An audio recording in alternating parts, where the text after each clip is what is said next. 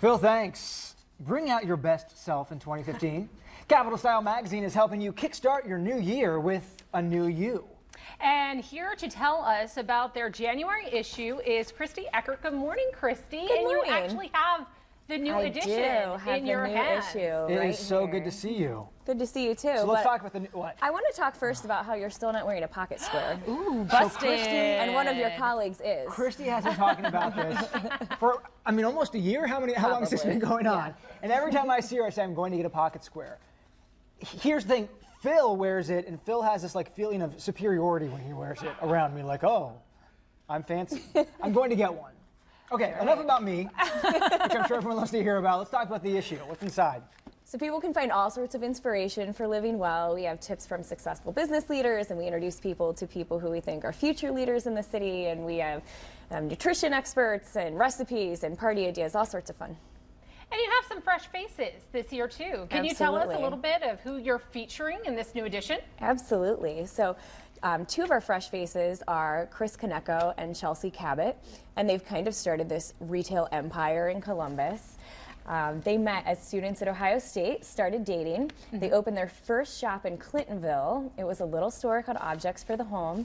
And after about a year, they expanded into a really huge space in Grandview.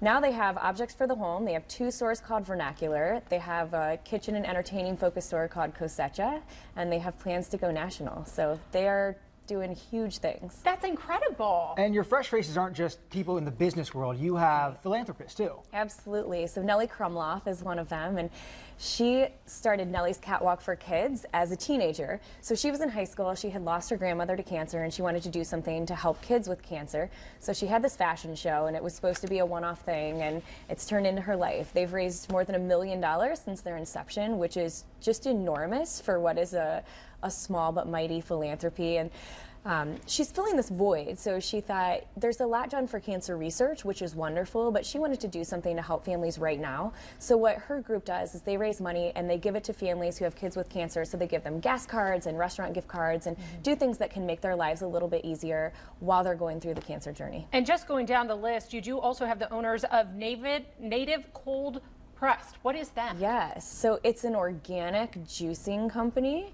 And this was a pretty big business risk because they opened in the heart of the Short North, and that strip is one of the highest earning real estate strips in the Midwest. Why, yes. So to launch a company there is pretty risky, and they're 1 year in, and they already have plans to open their second location.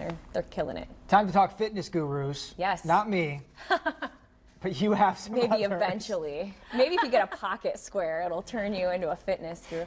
These days. Yes, we have some great fitness gurus. Lindsey Smith is our first one. She was actually a 3-sport Division I college athlete, which is almost unheard of. She's now the athletic director at the Wellington School, and she is one of the most popular CrossFit competitors in the country. She competes internationally for CrossFit and has approximately a gajillion followers on Twitter and She Instagram. looks fit.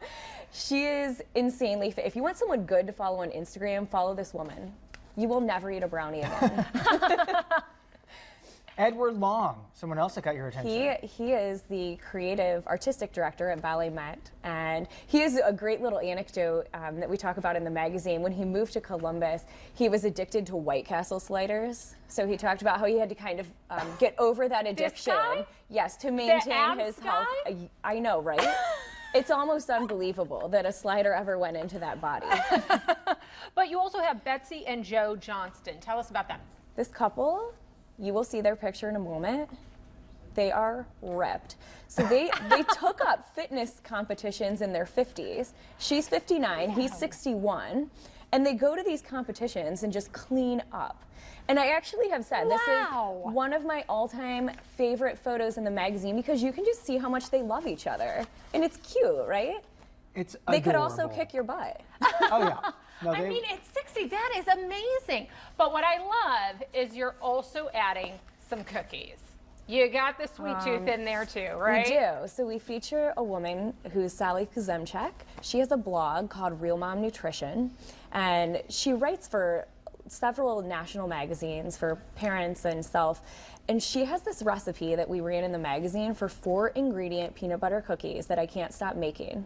I did not believe that these could taste That's good. the thing. You're like 4 ingredients. Okay. Right. It's way too easy. So I made them at home, and they're legit. I'm telling you, you want these. Christy Eckert, so good to see you. I'm going to have to make these cookies now. Yes, you And are. what kind of pocket square should he be wearing today? You know, I'm just going to go with any kind.